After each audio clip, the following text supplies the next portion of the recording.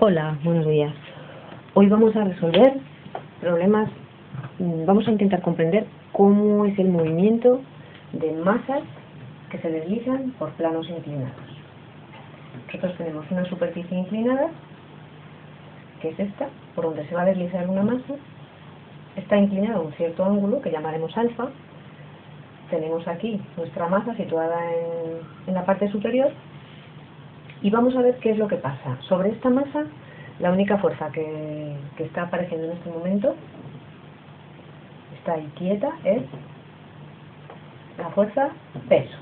Tenemos, este es el peso de nuestra masa. Entonces vamos a ver esta fuerza y otras fuerzas, como la fuerza de rozamiento, cómo van a actuar y nos van a producir un movimiento en esta masa que va a adquirir una cierta aceleración, o no, o va a estar quieta, ya veremos. El asunto es una cosa de este estilo. Yo tengo una grapadora sobre una superficie horizontal, que es este cartón. Mientras la superficie está horizontal, la fuerza de gravedad está atrayendo en sentido vertical la grapadora contra la superficie, pero hay una oposición de esta mesa que está impidiendo que nuestra grapadora se mueva. ¿Qué es lo que ocurre si transformamos la superficie horizontal en una superficie, en un plano inclinado? Fijaos, pues que según el ángulo va haciéndose mayor, llega a un punto en el que, en un momento dado, va a haber una fuerza que va a ser capaz de vencer la otra fuerza que mantiene pegada, digamos, la grapadora contra la superficie.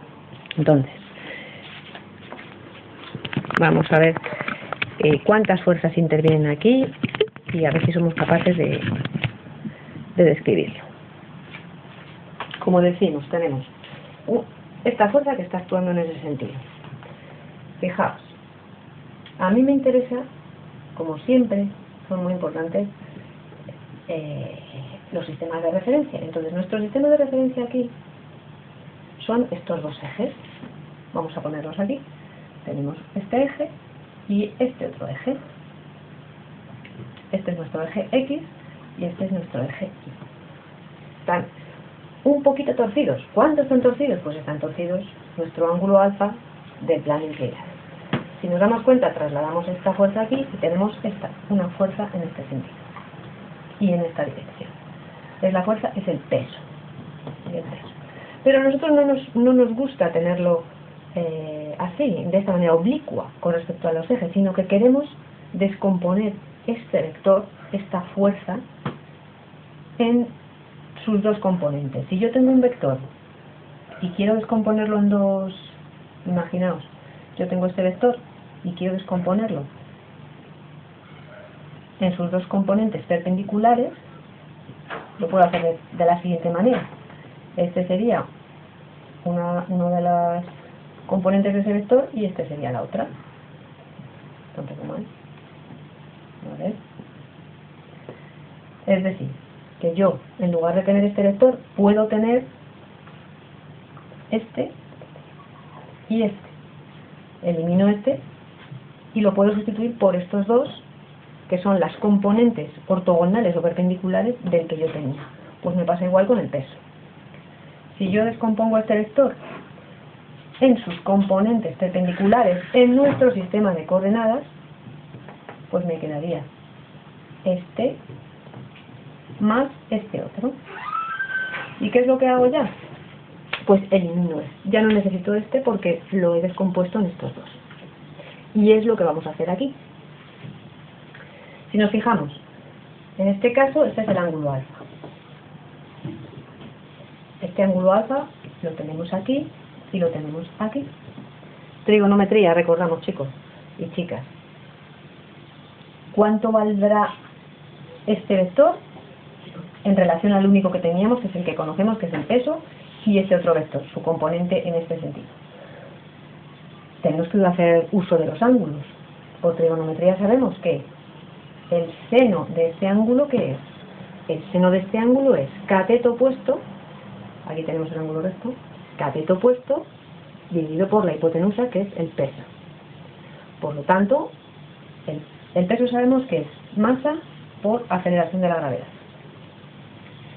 Masa por G, m por G. ¿Cuánto valdrá este vector? Que es la componente en el sentido, en la dirección del eje Y.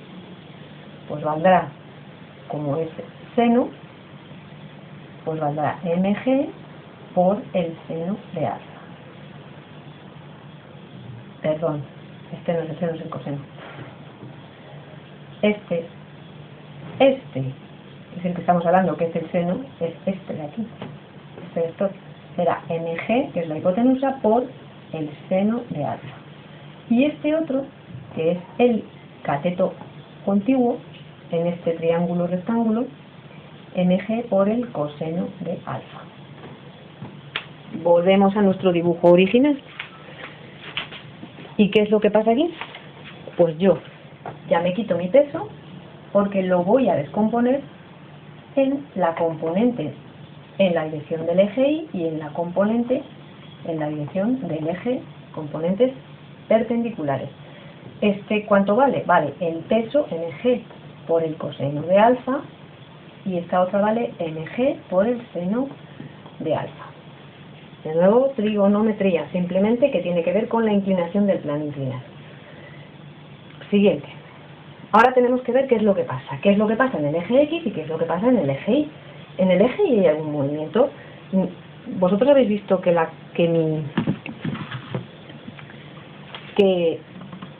grapadora se mueve así, en algún momento, en vertical. No, la grapadora no se mueve en vertical. El único movimiento que hay es el que se produce en el eje X. Es decir, las fuerzas en este eje se tienen que compensar, tienen que ser iguales, porque si no habría alguna manifestación. Como aquí no hay ningún movimiento, quiere decirse que aquí tiene que existir otra fuerza igual y de sentido opuesto a esta, que está compensando el movimiento en este eje. Esa fuerza se llama la normal. Es decir, que la normal vale, ¿cuánto vale? Pues vale, tiene ese valor, porque estas dos fuerzas son iguales. Aquí no hay ningún movimiento. ¿Y aquí qué pasa? Pues aquí tenemos, por un lado, la componente en esta dirección de la fuerza, de nuestro peso, perdón, y otra fuerza opuesta, que es la fuerza de rozamiento. ¿Cuánto vale la fuerza de rozamiento? La fuerza de rozamiento vale un coeficiente, el coeficiente de rozamiento que nos lo suelen dar los problemas, por la normal. Como la normal ya sabemos que vale mg por el coseno de alfa, pues ¿cuánto vale la fuerza de rozamiento? La fuerza de rozamiento vale nuestro coeficiente por mg y por el coseno de alfa. Pues habrá habrá movimiento si estas dos fuerzas son diferentes. Si esta fuerza es un poco mayor que esta, se comenzará a moverse el cuerpo con una cierta aceleración, porque habrá una fuerza resultante.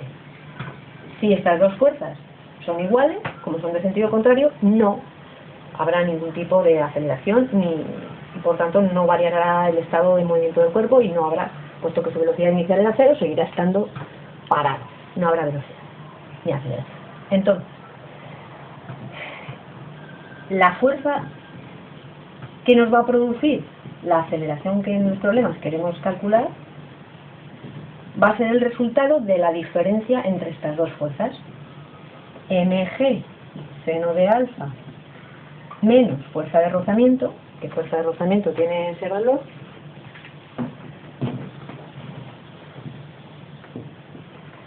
mg coseno de alfa, pues de esta diferencia obtendremos, podemos simplificar las masas porque están multiplicando a los dos lados de la ecuación, y nos quedará que la aceleración que queremos calcular es g por seno de alfa menos nu por g coseno de alfa. Y a partir de aquí calcularemos la aceleración si es que la hay. Después solo nos queda aplicar las ecuaciones del movimiento, rectilíneo uniformemente acelerado, y ya podemos calcular pues la distancia que recorre en un cierto tiempo o a qué aceleración llega. A continuación veremos un problema.